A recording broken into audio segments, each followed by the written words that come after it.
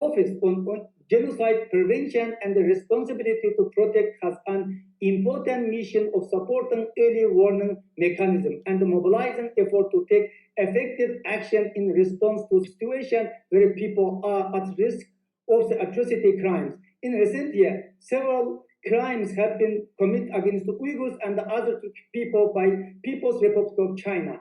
We are witnessing the internment of millions of Uyghurs and others in the camp, the widespread use of Uyghur forced labor, the destruction of cultural and religious sites, the ban of Uyghur language, family separation policy, the fossilization of Uyghur women, and the use of surveillance technology to repress and monitor Uyghurs.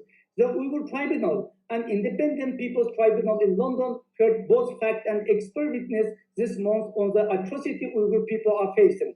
Many experts have concluded that this crime amounts to crime against humanity and genocide. 6 parliaments around the world have adopted genocide resolution. A large number of special reporters have also been vocal about this violation. I'm sorry, I understand that a point of order has been raised. China has asked for a point of order. 谢谢副主席。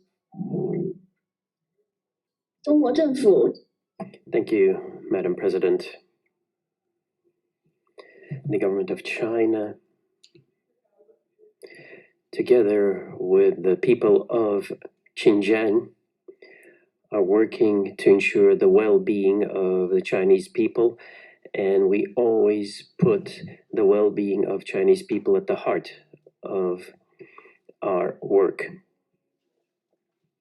The current situation in Xinjiang shows that the economic, social, and cultural development is remarkable.